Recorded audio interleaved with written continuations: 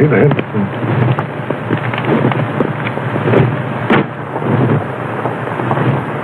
Let's see now, I've got to speak one or two words, and just to try my voice, I understand. Well, there are two things that people always want to ask me. Well, one of them is how I ever came to write the Sherlock Holmes stories, and the other is about how I came to have psychic experiences and to take so much interest in that question. Well, first of all, about the Sherlock Holmes stories, they came about in this way. I was quite a young doctor at the time. I'd had, of course, a scientific training, and I used occasionally to read detective stories. It always annoyed me how in the old-fashioned detective story, the detective always seemed to get at his results either by some sort of lucky chance or a fluke, or else it was quite unexplained how he got there. He got there, but he never gave an explanation how. Well, that didn't seem to me quite playing the game. It seemed to me that he's bound to give his reasons why he came to his conclusions. Well, once I began to think about this, I began to think of turning scientific methods, as it were, onto the work of detection. And I used, as a student, to have an old professor, his name was Bell, who was extraordinarily quick at deductive work.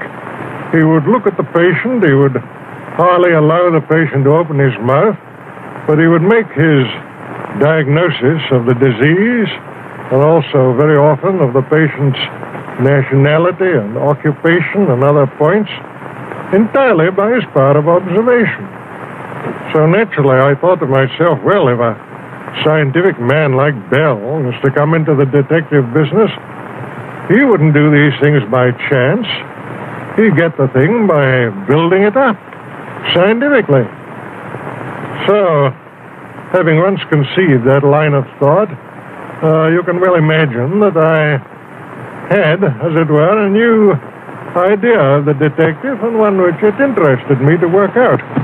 I thought of 100 little dodges, as you may say, 100 little touches by which he could build up his conclusions, and then I began to write stories on those lines.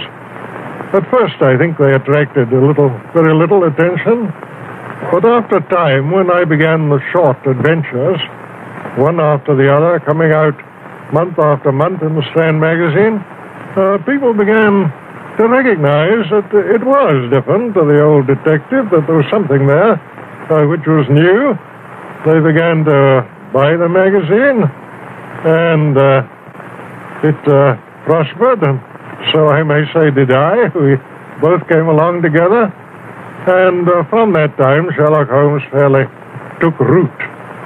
I've written a good deal more about him than I ever intended to do, but my hand has been rather forced by kind friends who continually wanted to know more, and so it is that this monstrous growth has come out of what was really a comparatively small seed. Now, the curious thing is how many people there are in the world who are perfectly convinced that he is a living human being. I get letters addressed to him, and I get letters asking for his autograph, get letters addressed to his rather stupid friend, Watson. I've even had ladies writing to say that they'd be very glad to act as his housekeeper. One of them, when she heard that he had turned to the occupation of keeping bees, wrote saying that she was an expert at segregating the queen, whatever that may mean, and that she was evidently predestined to be the housekeeper of Sherlock Holmes. I don't know if there's anything more I could say with advantage about him. But on the other point, which is to me, of course, a very much more serious one, on the question of my taking up this psychic matter, curiously enough, my first experiences in that direction were just about the time when Sherlock Holmes was being built up in my mind. That would be about the year 1886 and 1887. So nobody can say that I formed my opinions on psychic matters very hastily. It is just 41 years now since I wrote a signed article upon the subject, which appeared in a magazine called Light, so that I put myself on record. During these 41 years, I've never lost any opportunity of reading, of studying, and of experimenting on this matter. People ask me, will I write any more Sherlock Holmes stories? I certainly don't think it's at all probable. But as I grow older, the psychic subject always grows in intensity, and one becomes more earnest upon it, and I should think that my few remaining years will probably be devoted much more in that direction than in the direction of literature. Nonetheless, of course, I haven't abandoned writing. One has to earn one's living, but my principal thoughts are that I should extend, if I can, that knowledge which I have on psychic matters and spread it as far as I can to those who have been less fortunate. But don't for one moment suppose that I'm taking it upon myself to say that I am the inventor of spiritualism, or that I am even the principal exponent of it. There are many great mediums, many great psychical researchers, investigators of all sorts. All that I can do is to be a gramophone on the subject, to go about, to meet people face to face, to try and make them understand that this thing is not the foolish thing which is so often represented, but that it really is a great philosophy, and, as I think, the basis of all religious improvement in the future of the human race. I suppose I've said with more mediums, good and bad and indifferent, than perhaps any living being. Anyhow, a larger variety, because I've traveled so much all over the world, and wherever I've gone, either in Australia, America, or South Africa, the best that there was to be had in that direction was put at my disposal. Therefore, when people come along and contradict me, who have had no experience at all, read little, and perhaps never been to a seance, you can imagine that I don't take their opposition very seriously. When I talk on this subject, I'm not talking about what I believe. I'm not talking about what I think. I'm talking about what I know.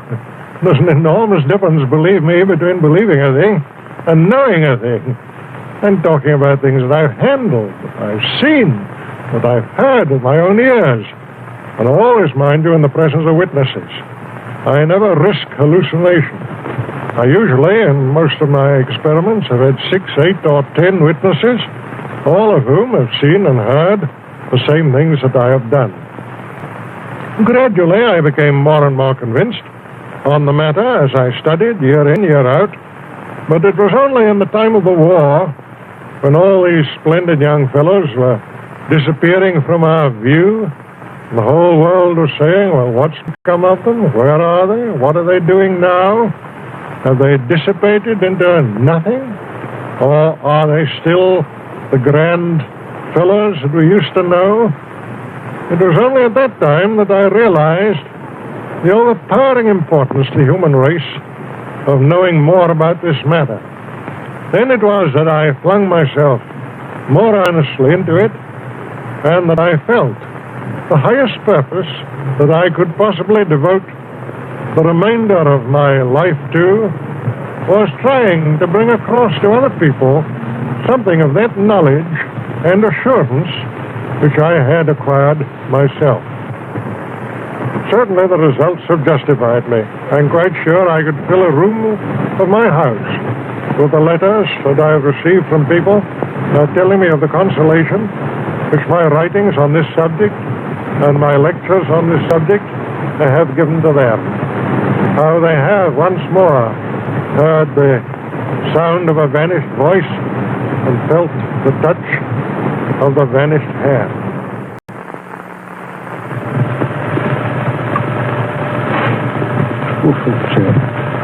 Well, goodbye.